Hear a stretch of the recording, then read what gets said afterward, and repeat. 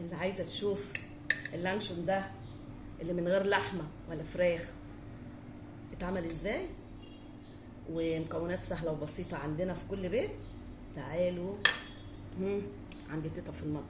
شايفين جمال اللانشون؟ يلا بينا على الفيديو، مش هحك كتير، يلا بينا. يا صباح الفل وصباح الجمال، صباح الانوار كل حبايبي ومتابعيني الكرام.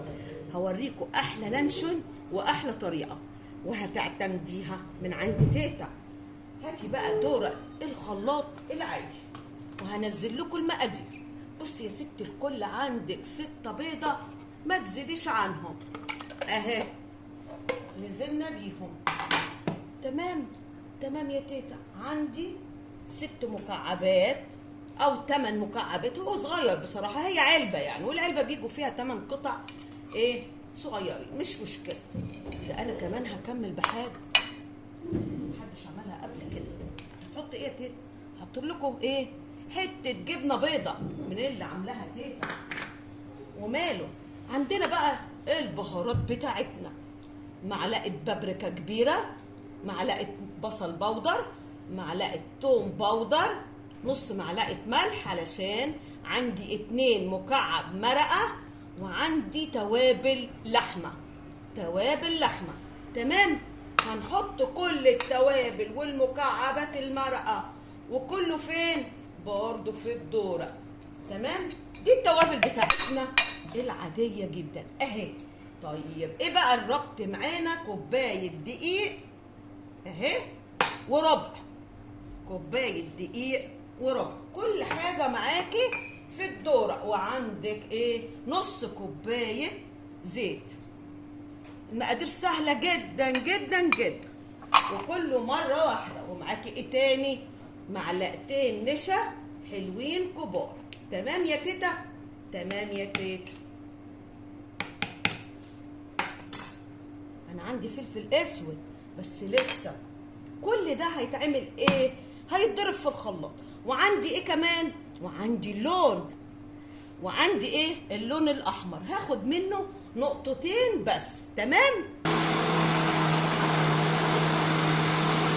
هضرب كل المكونات بتاعتي وهوريكم القوام اللي انا عايزاه.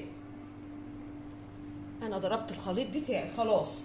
معايا علبه السمنه العاديه جدا اللي هي كيلو دي. تمام. ضربت الحوافي بتاعتها، خليت الحوافي ناعمه اهو عشان ما تجرحنيش. ودهنتها زيت من جوه ونزلت عليها بكيس عادي، كيس تلاجة اهو. انا بسهل عليكم الدنيا. تمام. كمان حابه تحط في كيس عادي كده، هنشوف. يلا بينا بقى ننزل بالخليط بتاعنا ونقلبه كويس اهو. هنقلبه كويس وده القوام اللي انا عايزاه اهو.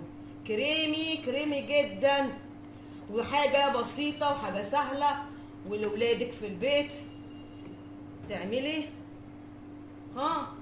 وحاجتك رخيصه برضه. هننزل كده اهو، هنزل شويه.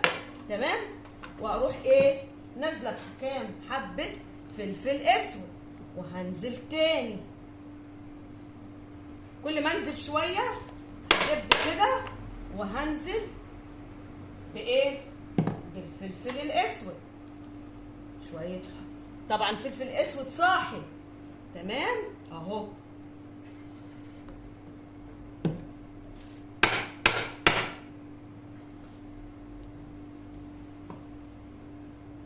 يا دوب هيتعملوا كلهم هنا. وهنربط الكيس كويس جدا. وبعدين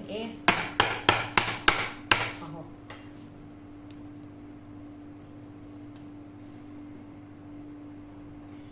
بص بقى هعمل كمان. نجيب كل اللي في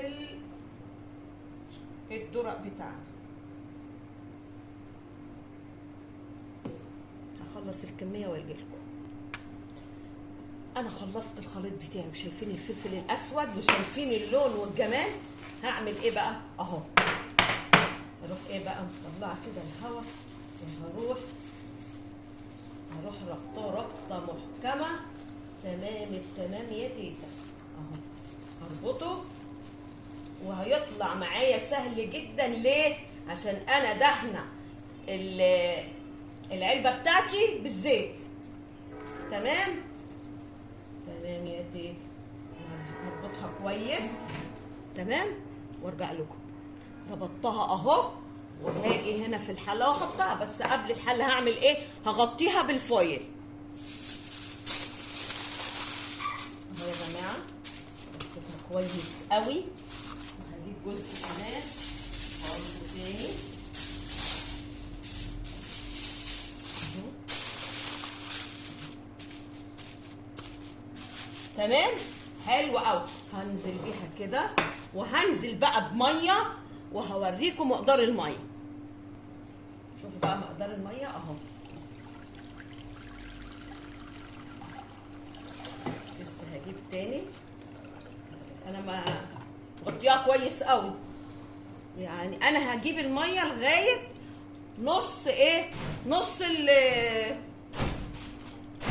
نص العلبه بتاعتي. يلا هروح بقى على البوتاجاز وهطيبها، وبعد ساعه الا ربع كده او نص ساعه هشوف بخله او بحاجه وهختبرها. لو طلعت زي الكيكه بالظبط، فاهمين؟ زي الكيكه. لو لقيت الخله طلعت ناشفه، ما طلعش فيها من المعجون اللانشون، هتبقى استوت معايا. يلا عشان هنشوف احلى لانشون عملته تيتا، واللي وصلت لغايه هنا هتعمل ايه. هنعمل لايك وندوس على سبسكرايب وندوس على الجرس يوصل لنا كل جديد عند تيتا في المطبخ. بصوا بقى، اللانشون بتاعي استوى، وهجيب خله اهو، شايفين؟ دوست بيها على الاخر، شايفين طالعه نضيفه ازاي؟ استوت معايا. واثناء الطيبان عملت ايه؟ تقلت عليها على فكره، علشان هي بتقبل فوق، واستوت وبقت زي الفل. هحطها في التلاجة العاديه، وبكره هقطع منها. تمام؟ بكره هقطع منها.